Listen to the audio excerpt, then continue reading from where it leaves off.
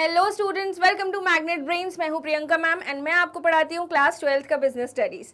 So definitely हमने जो part 2 start किया था उसका जो सेकंड चैप्टर है that is chapter number 10 financial market class 12th business studies का।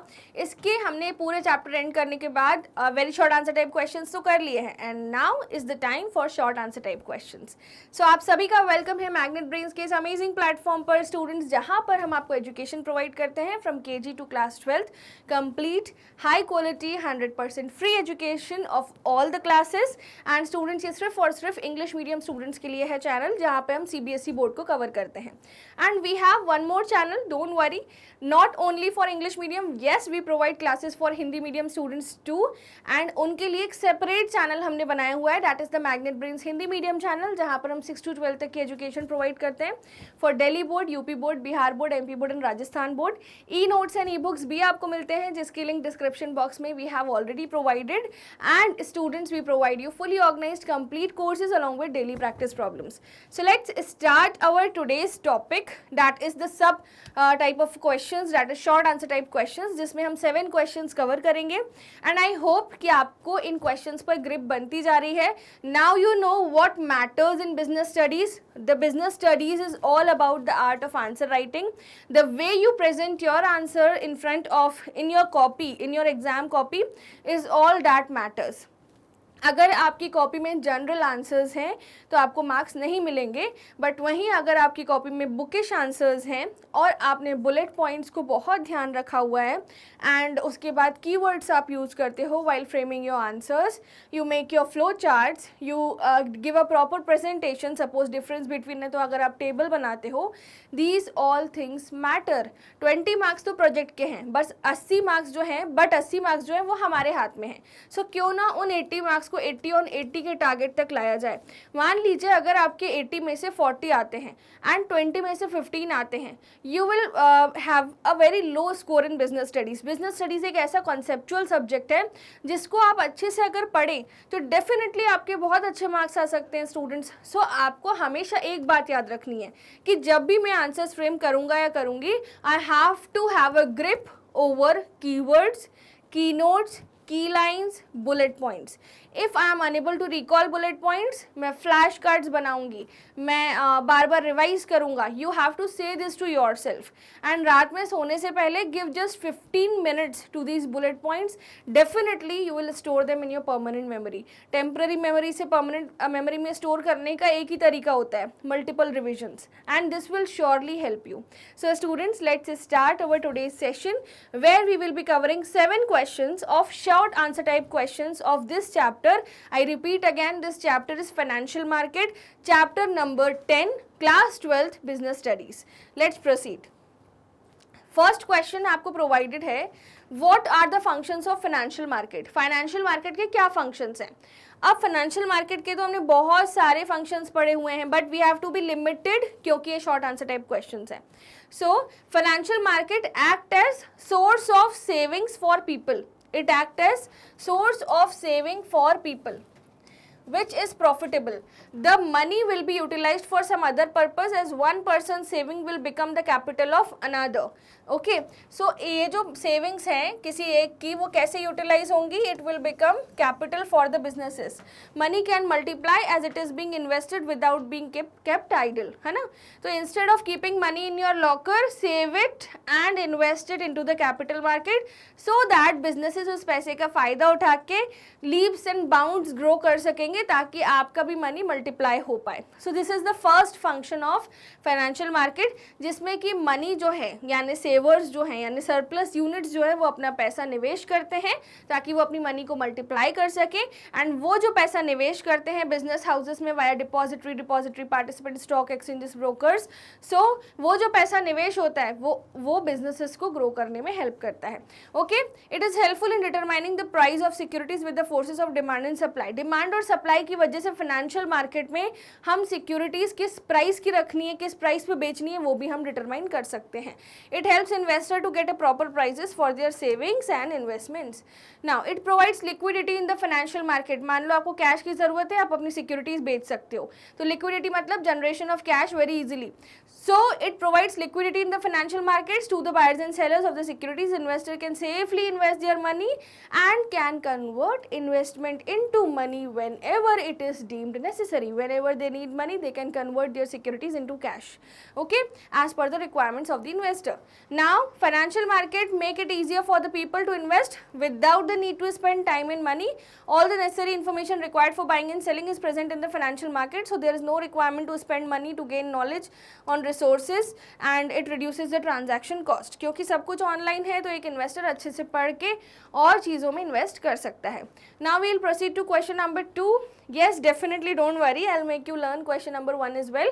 सबसे पहले हमने क्या पढ़ा कि फाइनेंशियल मार्केट जो है सेवर्स को यानी सरप्लस यूनिट्स को इनेबल करता है कि वो अपना पैसा निवेश करें, ठीक है, एंड अपने मनी को मल्टीप्लाई करें, ठीक है. This is the first function. And वही पैसा जब कंपनीज में जाता है तो कंपनीज भी ग्रो करती हैं, ठीक है. सेकेंड, यहाँ पे आप सिक्योरिटीज़ का प्राइस पता कर सकते हो with the force of demand and supply. Liquidity मिलती है सिक्योरिटीज़ को फाइनेंशियल मार्केट में. This is the third function. And the last function it's कि बिना टाइम और मनी को स्पेंड किया on the resources to gain knowledge आप डायरेक्टली फाइनेंशियल मार्केट में इन्वेस्ट कर सकते हो थोड़ी बहुत चीज़ों की जानकारी से. So it financial market make it easier for the people to invest without the need to spend time and money. All the necessary information required for buying and selling is already present in the financial market. आपको बस broker से contact करना है या फिर online reading करनी है थोड़ी बहुत. Okay, now let's proceed to question number 2 students. Question number 2 है money market is essentially a market for short term funds. Yes, definitely money market एक ऐसा मार्केट होता है जहां पर एक साल से कम की सिक्योरिटीज ट्रेड होती हैं. मनी मार्केट का जो मेच्योरिटी पीरियड होता है that is less than 1 year, यानी कि इसका स्टार्ट होता है 0 to 1 ईयर, ठीक है. So money market is a market जहां पर सारी शॉर्ट टर्म सिक्योरिटीज ट्रेड होती हैं, जैसे ट्रेजरी बिल्स, जैसे commercial paper, certificate of deposits. तो ये जितनी भी शॉर्ट टर्म सिक्योरिटीज है सब मनी मार्केट का हिस्सा होती है. Okay, let's proceed to the answer. The money market is a market for short-term funds which deals in monetary assets whose period of maturity is up to 1 year. And these assets are close substitutes of money. It is a market where low risk is there. Unsecured and short-term debt instruments are highly liquid, issued and actively traded every day. यहाँ पे intraday trading होती है, हर दिन trading होती है.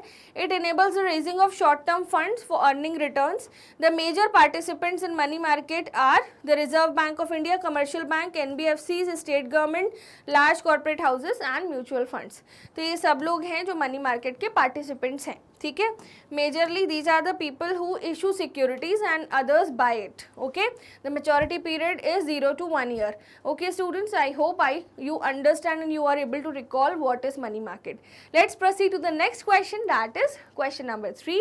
फटाफट से video को लाइक करिए, चैनल को सब्सक्राइब करिए. क्वेश्चन नंबर 3 है distinguish between capital market and money market. तो जब भी डिस्टिंग्विश, डिफरेंस या कंपैरिजन आता है you have to make a tabular presentation, यानी आपको एक टेबल बनानी है. तो सबसे पहले कैपिटल मार्केट लिखोगे आप, यहाँ बेसिस लिखोगे और यहाँ पे मनी मार्केट लिखोगे. So let's understand first before proceeding with the answer कि क्या डिफरेंस होता है कैपिटल मार्केट और मनी मार्केट में. Capital market is a market where securities are traded for a long term, more than 1 year, and money market is a short term funds market where securities are traded for less than 1 year. Okay, capital market में आप business को grow करने की सोचते हो और ज़्यादा funds की रिक्वायरमेंट होती है.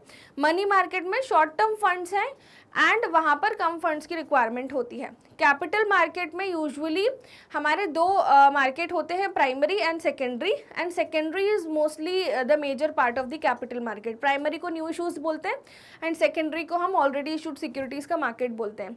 वहीं मनी मार्केट में ऐसी सिक्योरिटीज ट्रेड होती हैं, commercial paper, certificate of deposits, treasury bills etcetera. Capital market में शेयर्स, डिबेंचर्स, बैंक लोन्स वगैरह ये सारी चीज़ें आ जाती हैं. सो आई होप कि you already remember what is money market and what is capital market. Now you have to put everything you remember inside a table, and that table should be so damn accurate that you must fetch good marks. ठीक है, क्योंकि easy question है. Now Time span. The capital market is one part of financial market in which borrowing and lending are medium and long term, that is more than 1 year. And यहाँ पे time span क्या है? The money market is that part of financial market where borrowing and lending are short term or up to 1 year. Clear? Now liquidity. Capital market instruments are less liquid because यहाँ पे easy convertibility into cash नहीं मिल पाती. You have to wait for certain time to get your securities sold. Now यहाँ पे money market highly liquid होते हैं, तुरंत आपको पैसा मिल सकता है मनी मार्केट में. आपने सिक्योरिटी बेची, पैसा आपके हाथ में. And intraday trading money market में होती है, एक ही दिन में सारे ट्रांजैक्शंस हो सकते हैं. Okay, so these are the two basis of differences. Now further returns expected. Capital market में हायर रिटर्न्स होते हैं क्योंकि लंबे समय तक आपका पैसा निवेश रह रहा है और निवेश किया हुआ है. नाउ मनी मार्केट में शॉर्ट रिटर्न्स होते हैं, कम रिटर्न्स होते हैं. So higher returns as investments are there for a longer duration, and here low returns as investments are there for a shorter duration. Clear? Instruments. Capital market deals in instruments such as debentures, shares, preference shares, bonds, and money market deals in instruments such as T-bills. T-bills बोले तो treasury bills है ना. मैं यहाँ पूरा लिख देती हूँ. Treasury bills. Students, treasury bills क्या होते हैं? जब गवर्नमेंट को पैसों की ज़रूरत होती है, शॉर्ट टर्म रिक्वायरमेंट होती है, तो गवर्नमेंट फाइनेंशियल मार्केट से फंड्स रेज करती है via treasury bill. Treasury bill की जो वैल्यू होती है वो होती है 25,000 एंड मल्टीपल्स देयर ऑफ. ठीक है, और इसके साथ ये 364 डेज की मैच्योरिटी होती है ट्रेजरी बिल की. ये सारी चीज़ें मैं आपको मेन क्लासेस में पढ़ा चुकी हूँ, but still you are unable to recall each and every instrument of money market. See the lecture. Okay, so similarly promissory notes होते हैं, कॉल मनी होती है, बिल ऑफ एक्सचेंज होते हैं, ये सब मनी मार्केट के इंस्ट्रूमेंट्स हैं. Next, risk. कैपिटल मार्केट ज़्यादा रिस्की है. कैपिटल मार्केट और securities are risky due to long time period, लंबे समय तक वो इन्वेस्टेड रहती हैं. And money market securities are less risky due to short time maturity and sound financial position of the issuers, क्योंकि यहाँ पे शॉर्ट टर्म रिक्वायरमेंट, छोटे मोटे खर्चों के लिए हम मनी मार्केट में उतरते हैं. Now let's proceed to the next question, question number 4. Students, question number 4 है, what are the functions of stock exchanges? तो stock exchanges के बहुत सारे functions होते हैं, है ना. So it provides a platform to trade in securities. A stock exchange offers easy conversion of securities into cash and so conversion of securities. ठीक है. It helps in establishing prices of the assets of the monetary nature which are traded. It is a common place for buyer and seller interaction and prices of securities are determined based on the demand and supply. Okay, so यहाँ पर हम prices establish कर सकते हैं. There are safety regulation in the stock market. Trade is conducted within a defined legal framework जो कि है SEBI Act 1992 which ensures fairness in the transactions. Okay, stock market, there is continuous buying and selling of stocks which helps in enhancing capital formation and supports economic growth. Next, as share prices keep changing, so it indicates the corresponding changes in the economic condition. An economic recession will see a sharp rise in prices, sharp fall in prices, and a boom will see a sharp rise in prices. Bullish and bearish दोनों मैं आपको पढ़ा चुकी हूँ. So हमने क्या क्या पढ़े? First, एक प्लेटफॉर्म प्रोवाइड करता है स्टॉक एक्सचेंज ताकि आप सिक्योरिटीज को ट्रेड कर सको. सेकंड, आप प्राइस पता कर सकते हो with the force of demand and supply stock exchange की ट्रेडेड सिक्योरिटीज को देख के. फिर उसके बाद आप एक सेफ्टी पॉइंट ऑफ व्यू से देखें तो पूरा लीगल फ्रेमवर्क आप अपना रहे हो, इसलिए आपके सारे ट्रांजैक्शन सेफ हैं. फिर उसके बाद स्टॉक मार्केट में कंटिन्यूस बाइंग एंड सेलिंग होती है स्टॉक्स की, जिससे क्या होता है, कैपिटल फॉर्मेशन होता है, इकोनॉमी ग्रो करती है. शेयर प्राइस चेंज होता है, रिसेशन के टाइम पे शेयर प्राइस गिरते हैं, बूम के टाइम पे शेयर प्राइस बढ़ते हैं. There is a bullish and a bearish market. So ये चीज़ें मैं आपको ऑलरेडी पढ़ा चुकी हूँ and I hope all the things you will remember. Now what are the objectives of SEBI? ये है अपना क्वेश्चन नंबर 5. सो स्टूडेंट्स, फटाफट से वीडियो को लाइक कर दीजिए if you haven't done yet. चलिए स्टार्ट करते हैं दिस क्वेश्चन. तो सेबी क्या है? Securities and exchange board of India. कब बना था SEBI? When was SEBI established? It was established in the year 1988. When did SEBI came into picture and actually started its working? In the year 1992. Okay, so students, objectives क्या हैं SEBI के? Its main objective is to regulate the stock exchange and securities market functioning. It looks to provide a secure place for raising funds by the issuer of securities. Okay, तो सबसे बड़ा objective है to regulate the stock exchange and securities market functioning. ठीक है। फिर it works on providing investors with the guidelines which are related to the investment. तो SEBI क्या provide करता है, इन्वेस्टर को गाइडलाइंस प्रोवाइड करता है जिससे वो जज कर पाए कहाँ पे इन्वेस्ट करना है कहाँ पे नहीं, ठीक है। About the companies which help companies in proper investment decision. Okay, now further it helps to prevent mal practices. तो जैसी माल प्रैक्टिसेस होती हैं, price rigging, insider trading, SEBI is a watch dog, वो ध्यान रखते हैं इन सब चीज़ों का। तो SEBI helps to prevent mal practices that happen in securities trading. These mal practices include insider trading, non-adherence to the Companies Act 2013, violating rules, regulations, etc. SEBI aims to prevent such malpractices to maintain the trust of the investor. Now, to develop a code of conduct which intermediaries or merchant bankers should follow. So, SEBI provides a competitive and professional environment for all the intermediaries, and all the transactions can be conducted by following fair practices. So, students क्या क्या हैं functions of SEBI? सबसे पहले stock exchange को चलाना, regulate करना, है ना। दूसरा, इन्वेस्टर को गाइडलाइंस प्रोवाइड करना उसकी इन्वेस्टमेंट के रिगार्डिंग। तीसरा, माल प्रैक्टिसेस को प्रिवेंट करना। और चौथा, code of conduct banana intermediaries का। आप और भी फंक्शंस लिख सकते हैं, रजिस्ट्रेशन ऑफ इंटरमीडियरीज, ये भी सेबी का फंक्शन है। चेक ऑन प्राइस रिगिंग, ये माल प्रैक्टिसेस में ही आ जाएगा। फिर आप लिख सकते हैं कि regulation for take over of companies, तो ये भी सेबी का फंक्शन है। तो जो फंक्शंस आपको याद आए वो आप लिख सकते हो। एंड यहाँ पर बेसिकली फंक्शंस नहीं पूछे, ऑब्जेक्टिव्स पूछे, फंक्शंस नहीं। अगर फंक्शंस पूछे तो वो वाला आंसर हो जाएगा, है ना। तो जो भी ऑब्जेक्टिव्स आपको याद आए वो आप लिख सकते हो। कौन सा वाला आंसर हो जाएगा? फंक्शंस पूछेंगे तो regulatory, developmental and protective functions. अब फंक्शंस और ऑब्जेक्टिव्स में बहुत ही बारीक फ़र्क होता है, बस टर्मिनोलॉजी का खेल है, राइटिंग पैटर्न का खेल है। बाकी जो आप फंक्शंस के अंदर में पॉइंट्स पढ़ते हो, those are the objectives of the SEBI only. So ये सब चीज़ें मैं आपको बता चुकी हूँ in the main classes. Now question number 6, state the objective of national stock exchange. Short answer type question में भी ऐसा क्वेश्चन था, ठीक है, वेरी शॉर्ट में, sorry. So the following are the objectives of national stock exchange. First, NSC क्यों बना था? It was aimed eight setting up a national trading facility. तो नेशनल ट्रेडिंग फैसिलिटी प्रोवाइड करने के लिए बना था जहाँ पे सभी तरह की सिक्योरिटीज ट्रेड होती हैं, जिससे इन्वेस्टर्स का कॉन्फिडेंस बढ़ता है। अब एनएससी क्या प्रोवाइड करता है? Easy and equal access provide करता है through a communication network which increase the liquidity of the securities. So it was looking to provide transparency and fairness in the securities dealing by using electronic trading system. सब कुछ online है NSC में। It enabled faster settlements having shorter settlement cycle. तो easy liquidity है, faster settlement cycle है, उसके बाद trade facility provide कर रहा है, फिर उसके बाद easy equal access है, फिर उसके बाद ट्रांसपेरेंसी और फेयरनेस है डीलिंग्स में, फिर it was looking to fulfill benchmarks of the international standards of the stock exchange. Now last question of short answer type question. So last question क्या है? Name the document prepared in the process of online trading of securities that is legally enforceable and helps to settle disputes claims between the investor and the broker. यानी investor और broker के बीच में अगर कोई मतभेद हो जाता है, अगर कोई कॉन्फ्लिक्ट आ सकता है, तो कौन सा डॉक्यूमेंट हम प्रिपेयर करते हैं ऑनलाइन ट्रेडिंग के दौरान जो हेल्प करेगा? So once the trade is conducted, the broker issues a contract note. So the contract note contains number of shares that are sold and bought, price, date, time of the deal and the brokerage charges. Each and everything regarding the buying of shares or any kind of securities is written in the contract note. So ये important document होता है, इसकी legal validity है और ये submit कर सकते हैं हम एज अ प्रूफ जब भी सेटलमेंट हो रहा हो, डिस्प्यूट हो रहा हो between investor and a broker. So as a proof during claim settlement और disputes which can arise between a broker and the investor, the contract note contains unique order code number.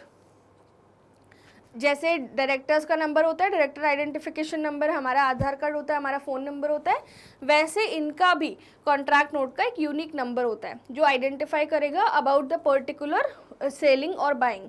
ठीक है. So contract note contains unique order code number that is assigned by the stock exchange for each transaction. तो stock exchange के पास भी इसकी एक copy होनी चाहिए, क्योंकि उन्होंने ही ये सिक्योरिटीज़ प्रोवाइड किए हैं। So this was the end to short answer type questions students. I hope आपको क्लियर हुए। सो मिलेंगे हम लॉन्ग आंसर टाइप क्वेश्चंस में, बट जाने से पहले what you have to do, please like this video, share to your friends, subscribe this channel, and what you have to do majorly is I hope कि आपके पास हमारी app, YouTube channel और website तीनों का एक्सेस है, where we provide fully organize complete course of each and every class along with DPPs and e notes and e books की link आपको डिस्क्रिप्शन बॉक्स में मिल जाएगी। KG to 12 तक की सारी क्लासेस आपको मिलती हैं on this channel for CBSE board English medium students के लिए, एंड 6 to 12 तक की सारी क्लासेस आपको मिलती है हमारे सेपरेट चैनल पर, that is the Hindi medium channel, जहाँ पर हम आपको Delhi, UP, Bihar, MP and Rajasthan board की एजुकेशन प्रोवाइड करते हैं। Yes, we provide extra co-curricular courses also, जो कि हैं Vedic maths, spoken English and crash courses. So definitely crash course is not a co-curricular course, crash course is the revision of the entire thing which we have already done and which is already started. So आपको क्या करना है, बस बने रहना है channel के साथ, इस वीडियो को लाइक करना है, शेयर करना है अपने फ्रेंड्स के साथ, सब्सक्राइब करना है, and I will see you in the long answer type questions video.